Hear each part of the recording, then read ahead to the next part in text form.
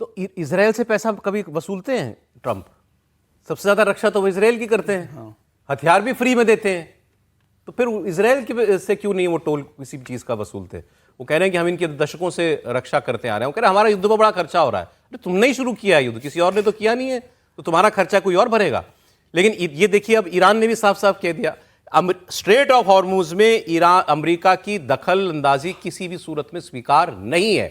अब गया न्यूक्लियर का मुद्दा, तो गया न्यूक्लियर पर तो बड़ा टका सा जवाब दे दिया ईरान ने कि आईएईए जो इंस्पेक्शन करता है न्यूक्लियर फैसिलिटीज का, उसने कहा हम किसी को इजाजत नहीं देने वाले। अब पहले आते थे वो लोग इंस्पेक्शन करने, अब वो कह रहे हैं हम किसी अपनी इंस्टॉलेशन का इंस्पेक्शन नहीं कराएंगे। साफ साफ कह दिया, ईरान मान चुका है कि अब न्यूक्लियर पे समझौता कराना तो अमेरिका के बस में ही नहीं है। अब वो स्ट्रेट ऑफ हॉर्मुज पे रोक के दिखा दे हमें, कह रहे हैं हम स्ट्रेट ऑफ हॉर्मुज पर कब्जा नहीं छोड़ेंगे।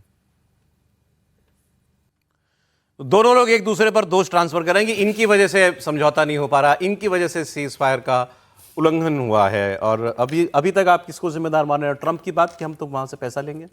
नहीं, देखिए ट्रंप जो कह रहे हैं ये तो उनके जो कहते हैं किसी का एक पर्सोना, एक कैरेक्टर देखते हैं तो उसका वो हिस्सा है, वो ये बोलते रहेंगे, छोड़ देंगे, ले लेंगे, ये करते रहेंगे। लेकिन अभी जो कुछ हो रहा है ये इसके लिए सीधे सीधे ईरान जिम्मेदार है। मतलब मुझे ऐसा लगता है कि इसके अलावा और कोई तरीका नहीं हो सकता देखने का। जब सब कुछ ठीक चल रहा था तो आपने क्यों गोलीबारी कर दी? आप रूट थोड़ी न तय करेंगे।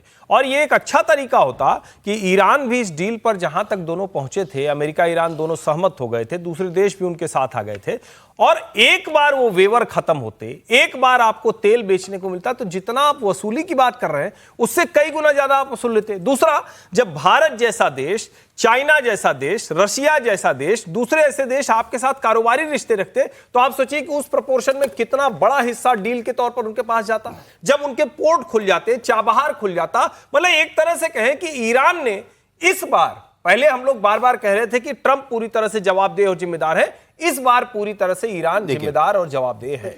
मैं सर एक बार ट्रंप का बयान में सुनवा देता हूं आपको। ट्रंप ने ईरान पर क्या कहा, अभी तो आपने हॉर्मुज पर सुना ना उनको, ईरान के लिए वो क्या कह रहे हैं।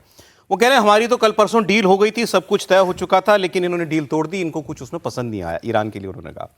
फिर उन्होंने कहा कि स्ट्रेट ऑफ हॉर्मुज में हम ईरान को किसी लायक नहीं छोड़ेंगे, उनकी ताकत खत्म कर देंगे, करके दिखाएं। फिर उन्होंने पूछा कि क्या अभी भी कोई डील पॉसिबल है ईरान से? ट्रंप कह रहे हैं हाँ बिल्कुल डील तो हो सकती है। पलट गया आदमी, 2 दिन में पलट गया। अभी कहा था पीछे कि नहीं, इनसे तो बात करने का मतलब नहीं है। फिर रिपोर्टर ने पूछा कि अरे भाई आप तो लगातार बम ही मारते जा रहे हैं ईरान पर, तो क्या ये न्यू नॉर्मल है कि आपके और ईरान के बीच में ऐसे ही चलता रहेगा? तो उन्होंने कहा अरे भाई वियतनाम में 19 साल रहे थे हम लोग, अभी तो 4 ही महीने हुए हैं, इसका क्या मतलब निकालेंगे आप? 19 साल बनाम 4 महीने, मतलब इस सालों ये खेल चलना है। फिर उनसे सवाल हुआ कि भाई बाकी जो देश हैं वो अभी तक उनकी हालत कैसी है? तो उन्होंने कहा अरे गरीब बेचारे देश, इनके ऊपर मार रहा है, इनको बम मार रहा है, इनका तो कोई लेना देना ही नहीं है, और जो गल्फ कंट्रीज हैं। फिर ट्रंप कहते हैं कि भाई हाँ मुझे रीएम्बर्समेंट चाहिए, ये बात उन्होंने हुई, और कहा कि कम से कम 10 बार ईरान ने अपनी डील तोड़ी है, और ये भी कह रहे हैं कि ईरान अभी भी हमसे डील करना चाहता है, लेकिन वो अपने वादे पे कायम नहीं रहता।